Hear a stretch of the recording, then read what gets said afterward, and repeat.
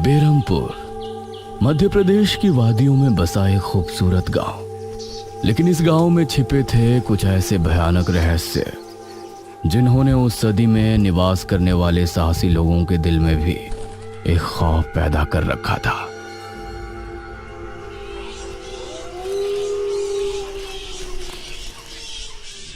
आज तो बहुत दिनों के बाद मित्रों से मिलना हो रहा है, बहुत आनंद आएगा।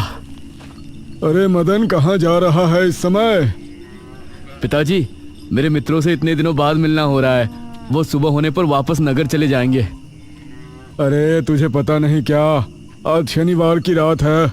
आज के दिन निशिर मोलो गांव में घूमते हैं। पिताजी, चाहे निशिर मोलो आए या नरकासुर, मुझे आज मेरे मित्रों से मिलने से कोई नहीं रोक सकता।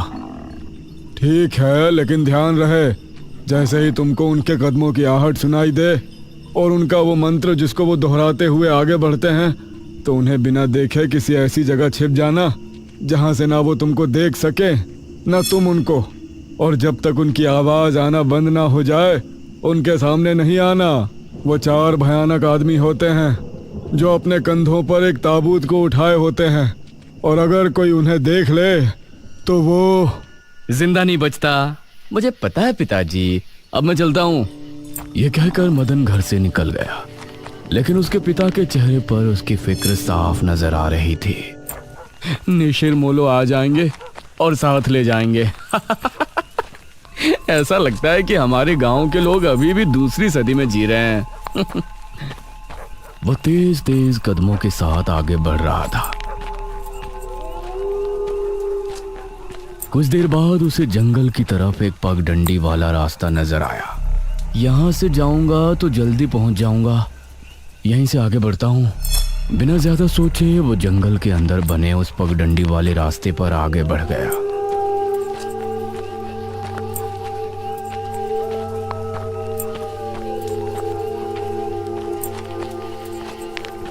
आज तो बहुत मजा आने वाला है, मिलकर खूब मदिरा पान भी करेंगे। तभी उसे भारी कदमों की आहटों के साथ कुछ आवाजें सुनाई देने लगी। इन आहटों और आवाजों को सुनकर वह एकदम से चौंक पड़ा और उसकी आंखें डर से बड़ी हो गईं। हे भगवान! वो जल्दी से झाड़ियों की तरफ भागा और उनमें छिपकर बैठ गया। वो झाड़ियों की ऊंट में बैठा लंबी लंबी सांस ले रहा था। वो आवाजें अब और ज्यादा साफ होने लगी थी। उसे यकीन था कि अब वो लोग उसके करीब ही आ रहे हैं। उसने धीरे धीरे छिपकर अपनी एक आंख से उनको देखा और वो हैरान रह गया।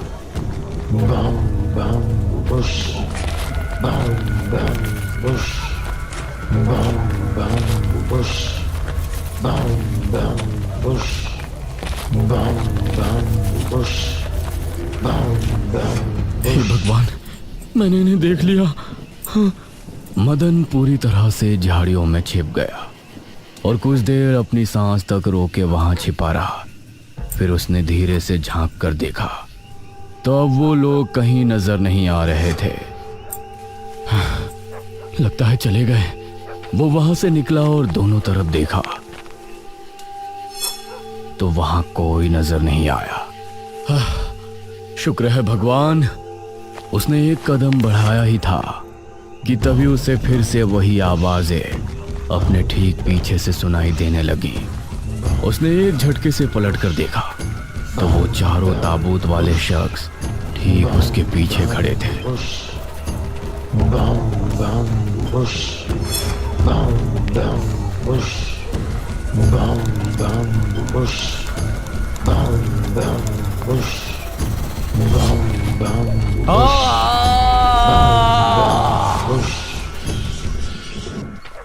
इस तरफ जब देर रात भी मदन वापस नहीं लौटा तो उसके पिता को उसकी चिंता होने लगी। उसने गांव के एक आदमी विपुल को साथ लिया और जंगल की तरफ रवाना हुआ।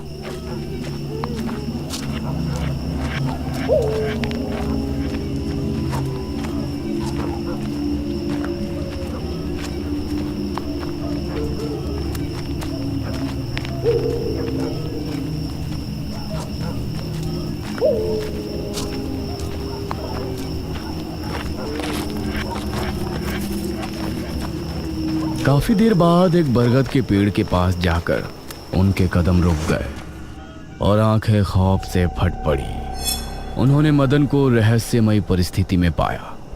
उसके चेहरे पर डर और आंखों में खौफ ऐसा नजर आ रहा था कि जैसे उसने हादसे से पहले बहुत ही भयानक मंजर देखा हो। मदन! 400 साल बाद अंधेरा जंगल, सुनसान रास्ता, चारों तरफ सिर्फ पेड़ पौधे और कोहरा। मेघना उनके बीच अकेली खड़ी थी। कोई है क्या? यहाँ कोई है? उसने कुछ कदम आगे बढ़ाए। उसके सवाल का कोई जवाब तो उसे नहीं मिला, लेकिन कुछ टपकने की टप टप की आवाज अब उसे बराबर आ रही थी। मैं यहाँ क्या कर रही हूँ? कौन लाया है मुझे यहाँ पर? वो खुद को वहां पाकर बहुत परेशान थी। तभी उसने देखा कि कोई चीज उड़ती हुई उसी की तरफ आ रही है। वो उसे हैरानी से देखने लगी। पास आने पर पता चला कि वो कोई विशालकाय भयानक पक्षी था। बचाओ! मेघना उससे बुरी तरह से डरकर भागने लगी और वो उसका पीछा कर रहा था। मेघना ने उसे पीछे पलटकर देखा तो वो उसको पकड़ने ही वाला था, लेकिन तभी मेघना एक पेड़ से टकराई। उसने देखा कि उस पेड़ से हरे रंग का पानी टपक कर नीचे गिर रहा था। मेघना उस हरे पानी को गौर से देख रही थी। तभी अरे ओ मेघना, उठ जा यार, कब तक सोएगी?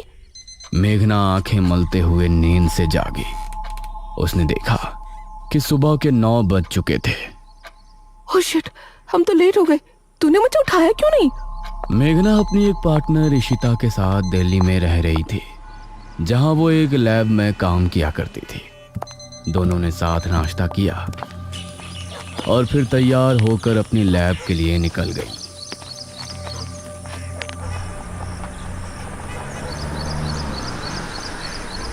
तेरा ऑमलेट खा खा कर मेरा पेट खराब हो चुका है। रोजाना कच्चा ही बना कर दे देती है। शुक्र मना कि कच्चा भी खाने को मिल तो रहा है। तेरे भरोसे रहेंगे तो वो भी नहीं मिलने वाला। सोकर ही 9 बजे उठती है।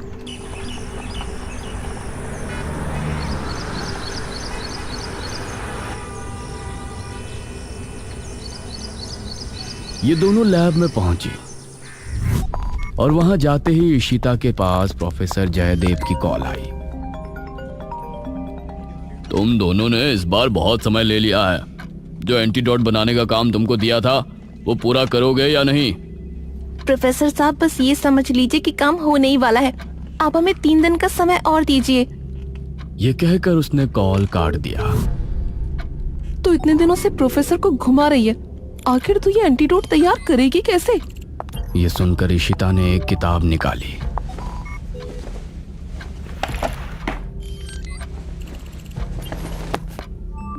यार देख ये किताब, इसमें बहुत से ऐसे लिक्विड के बारे में लिखा है जिनकी कहानी पुरानी दंत कथाओं और लोक कथाओं से जुड़ी है। तो तू कहना क्या चाहती है? मुझे इस किताब में बहुत ही अनोखे लिक्विड के बारे में पता चला है, जिसे मृत्युंजय अमृत कहते हैं। हम उस लिक्विड का टेस्ट करेंगे और अगर वो हमारे काम का निकला तो उसे यूज भी कर सकते हैं। मृत्युंजय अमृत? देख, मैं तेरे साथ कहीं नहीं जाने वाली हूँ। ये सब बातें बकवास होती हैं। अरे देख तो सही, इस पेड़ से हर पूर्णमासी की रात ये हरा लिक्विड टपकता है। तभी मेघना ने देखा कि उस पन्ने पर किसी मृत्युंजय अमृत के बारे में लिखा था और उसमें ठीक वही पेड़ दिखाया गया था जो मेघना रोजाना अपने सपने में देखा करती थी। मतलब उस हरे पानी की बात ही इस किताब में लिखी थी। हे भगवान, क्यों हिला डाला ना, है ना इंटरेस्टिंग? मेघना ने कुछ सोचा और फिर जवाब दिया, हाँ तो हम दोनों कल ही बीरमपुर गांव के लिए निकलते हैं।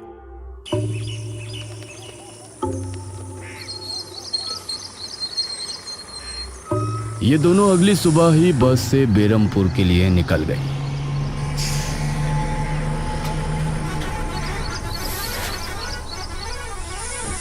वैसे एक बात बता, तू मेरे साथ वहां जाने के लिए एक ही बार में कैसे राजी हो गई? मेघना ने सच को छिपाते हुए कहा, ऐसी अनोखी चीज देखने के बाद भला कौन नहीं होगा जो इसको देखना नहीं चाहेगा? ओहो, ये हुई ना बात। मैंने तुझे पार्टनर बनाकर कोई गलती नहीं की।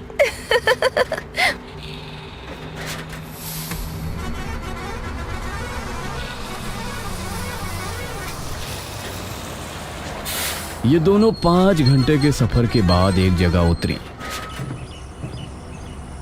इनके ठीक सामने एक बड़ा सा गेट था जिस पर नाम लिखा था बेरमपुर। इशिता और मेघना ने जैसे ही गेट के अंदर कदम रखा तो अचानक से मौसम बदला। सूरज मानो बादलों के पीछे छिप गया और एक हवा अपने साथ आंधी ले आई। अरे वाह, गांव का मौसम तो बहुत ठंडा है। इधर गांव के लोग भी अचानक बदलते मौसम को देखकर हैरान रह गए। अरे ये क्या, अभी तक तो काफी गर्मी थी, ये अचानक आंधी कहां से आ गई? मुखिया जी, लगता है बारिश भी जरूर आएगी। इधर मेघना और इशिता दोनों ही गांव की तरफ बढ़ रही थी। यार, ये गांव के लोग ठीक तो होंगे ना? गांव के लोग तो ठीक ही होते हैं, अजीब तो हम शहर वाले होते हैं। ये बात तो तूने बिल्कुल पते की कही। इशिता और मेघना दोनों गांव के चौक पर पहुंची। वहां एक कुआं भी था और वहीं मुखिया भी 2 आदमियों के साथ खड़ा था। अरे बच्चियों, तुम दोनों कौन हो? अब नमस्ते जी, मेरा नाम इशिता है और ये है मेरी दोस्त मेघना। अच्छा बेटा, वैसे हमारे गांव में किस वजह से आना हुआ? वो असल में वो अंकल, हम लोगों को अपनी स्टडी के लिए 5 गांवों के बारे में लिखना है, इसलिए हम लोग यहाँ आए हैं। इसके बाद और 4 गांवों में जाएंगे। ओह अच्छा, फिर तो ठीक है बच्चों, हम तुम्हारी जितनी हो सके उतनी मदद करेंगे। जी अंकल, क्या हमें यहाँ कुछ दिन के लिए रहने के लिए कोई घर मिलेगा किराए पर? अरे बच्चों, तुमको किराए की घर की क्या जरूरत है? तुम दोनों जब तक चाहो मेरे ही घर में रह सकती हो। ठकुराइन वैसे भी लड़कियों से बहुत प्यार करती है। जी शुक्रिया अंकल।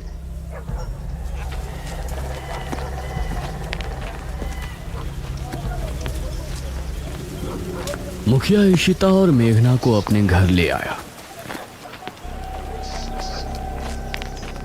तभी घर के मंदिर में जल रहा दीपक बुझ गया। अजी सुनती हो ठकुराइन? जी आई। ठकुराइन कमरे से बाहर आई। नमस्ते आंटी। नमस्ते बेटा। ओ जी, ये प्यारी प्यारी बच्चियां कौन है? ये दोनों शहर से अपनी पढ़ाई के सिलसिले में आई हैं। हमारे गांव के बारे में लिखना चाहती हैं। वो क्या होता है रे, वो रिसर्च करने आई हैं। तभी वहां पर एक और लड़का आया। क्या कहा? हमारे गांव पर रिसर्च? इशिता और मेघना ने उसे देखा। भला हमारे बेवकूफ गांव में आपको क्या मिल सकता है? ये सुनकर इशिता और मेघना हैरान रह गई। चुप करो अनुज, ऐसे कोई अपने गांव में बोलता है क्या? ये मेरा बेटा है अनुज। अनुज ने मेघा और इशिता की ओर देखा और उन्हें हाथ जोड़कर नमस्ते किया। नमस्ते बेटा अनुज, जरा इन दोनों को वो खाली कमरा दिखा दो जो तुम्हारे कमरे के बराबर में है। ठीक है पिताजी, आओ देवियों। देवियों? अनुज कॉरिडोर से होते हुए उनको कमरा दिखाने ले जाने लगा। इसी समय गांव के मंदिर में बैठा पुजारी भगवान की आरती कर रहा था। तभी अचानक से दिया बुझ गया। ये संकेत तो ठीक नजर नहीं आ रहे। हे प्रभु, रक्षा करना। वैसे आप लोगों को रिसर्च करने के लिए यही गांव मिला था? अरे हम लोगों को 5 गांवों के बारे में लिखना है, तो इसीलिए जो भी गांव पास दिखा चले आए। इसके बाद और किसी गांव में जाएंगे। अच्छा, वैसे यहाँ कुछ ऐसा है जो कि रहस्यमय या ऐतिहासिक हो? हाँ है ना, एक राजमहल। राजमहल यहाँ? हाँ, 400 साल पहले जो यहाँ के राजा हुआ करते थे, उनका महल। वैसे अनुज, क्या तुम हमें उस महल में लेकर चलोगे? हाँ, तुम लोग जाना चाहोगी तो जरूर। तो ठीक है, रात को जब सब सो जाएंगे तो हमें वहाँ ले चलना। यह सुनकर मेघना इशिता को हैरानी से देखने लगी। रात के समय तुम लोग मजाक तो नहीं कर रहे? नहीं, हम तो चलने को तैयार हैं। तुम्हें डर लग रहा है तो बताओ। मेरा गांव है ये, मुझे क्यों डर लगेगा? ठीक है, ले चलूंगा, लेकिन पिताजी को और माँ को पता नहीं चलना चाहिए। ग्रेट। तो बताओ किस टाइम आ रहे हो? 12 बजे तक पिताजी और माँ दोनों सो जाएंगे। मैं उसी समय तुम लोगों को ले आऊंगा। हाँ सही है। ये कहकर अनुज ने उन्हें कमरे में छोड़ा और वहां से चला गया। ये क्या? हम तो उस मृत्युंजय अमृत के बारे में पता करने आए थे ना। अब हम ये राजमहल क्यों जा रहे हैं? अरे उसको सीधा पूछते तो उसे शक हो जाता ना। आज हम राजमहल चलते हैं और फिर कल उसे जंगल जाने को कहेंगे और वहाँ जाकर बातों ही बातों में उससे मृत्युंजय अमृत के बारे में पूछेंगे। ये सही है। इस तरफ गांव के लोग मौसम के बदलती ठंड से बहुत हैरान थे। पुजारी बार बार आसमान की तरफ देख रहा था, जहां उसे काला अंधेरा इधर उधर घूमता हुआ नजर आ रहा था। करीब 12 बजे जब मुखिया और उसकी पत्नी गहरी नींद में थे तो अनुज कमरे से निकला। अरे लगता है आ गया। इशिता ने उठकर दरवाजा खोला। हाय अनुज। तुम लोग तैयार हो? हाँ चलो, हम तो रेडी हैं। तो चलो। अनुज इनको लेकर घर से निकला और इन्होंने 2 गलियां पार कर ली थी। उफ, तुम्हारे गांव में हवा इतनी ज्यादा चलती है क्या? रोज तो नहीं चलती, लेकिन शहर की 2 लड़कियों के साथ लगता है उनके शहर का प्रदूषण भी आंधी के रूप में साथ आ गया। कुछ देर चलने के बाद ये तीनों एक बड़े से राजमहल के सामने खड़े थे, जिसे देखकर मेघना को कुछ याद आने लगा। ऐसा लगता है कि इस राजमहल को मैंने पहले कहीं देखा है। ये है राजमहल राजा सूरजभान का। वाकई में काफी आलीशान है। यह कहते हुए इशिता ने अपने कैमरे में उसकी एक फोटो ली। हमें खिड़की से अंदर जाना पड़ेगा, इसका दरवाजा सालों से जाम है। ये तीनों एक खिड़की के रास्ते राजमहल में पहुंचे और वहां की हर एक चीज मेघना को जानी पहचानी लग रही थी।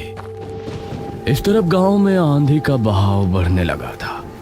सभी अपने अपने घरों में आराम से सो रहे थे।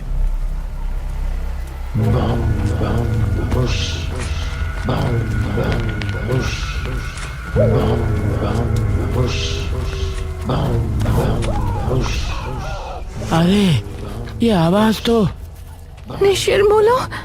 गांव के सभी लोगों के दिलों में खौफ उतर आया।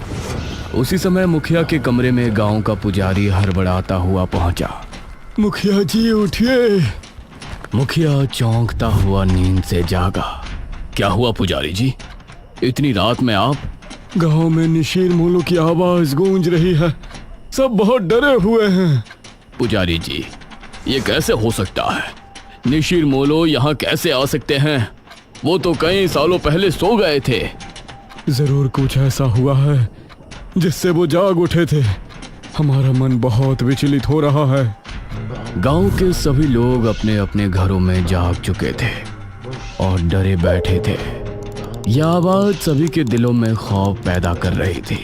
मेघना, इशिता और अनुज तीनों इस बात से बेखबर राजमहल में घूम रहे थे। ये कैसी आवाज है? हाँ, मैंने भी सुनी।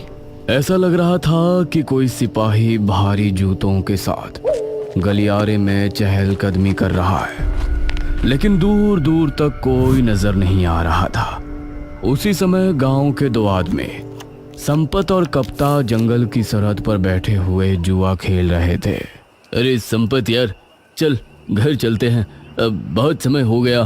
ओहो, अब तू हार रहा है तो घर चलते हैं। अरे चुपचाप पूरी बाजी खेल, इससे पहले तो मैं तुझे जाने नहीं दूंगा। हाँ। यह सुनकर कप्ता फिर से उसके साथ पत्ते बांटने लगा। उन दोनों को यह आवाज सुनाई दी। तेज आंधी की हवाओं में उनकी आंखें बहुत मुश्किल से खुल रही थी। उन दोनों ने देखा कि सामने से 4 आदमी अपने कंधों पर एक ताबूत उठाए मंत्र पढ़ते हुए चले आ रहे हैं। संपत और कप्ता इससे पहले कुछ करते, वो चारों आकर उनके सामने रुक गए। हवा का रुख थोड़ा कम हुआ। वो चारों अपनी लाल चमकती आंखों से संपत और कप्ता को घूर रहे थे। इधर इशिता, मेघना और अनुज को एक दरवाजा खुलने की तेज आवाज सुनाई दी और वो चौंक पड़े। न जाने उस दरवाजे से कौन निकला, जिसको देखकर ये तीनों चौंक पड़े। वहीं संपत और कप्ता के सामने खड़े वो चारों शख्स जो कि निशूर मोलो थे। उनके कंधों पर रखा ताबूत खुल गया और उसके खुलते ही संपत और कप्ता की चीख पूरे गांव के लोगों ने सुनी, जिसे सुनकर सभी गांव के लोग डर गए। ये किसकी चीख थी जी? निशिर मोलो, ये चीख किसी अनहोनी की संकेत थी। निशिर मोलो आखिर कौन है? क्या है मृत्युंजय अमृत? और क्या संबंध है मेघना का इन सब से? इन सभी सवालों के जवाब जानने के लिए हमारे साथ जुड़े रहिए इस कहानी के अगले भाग में भी।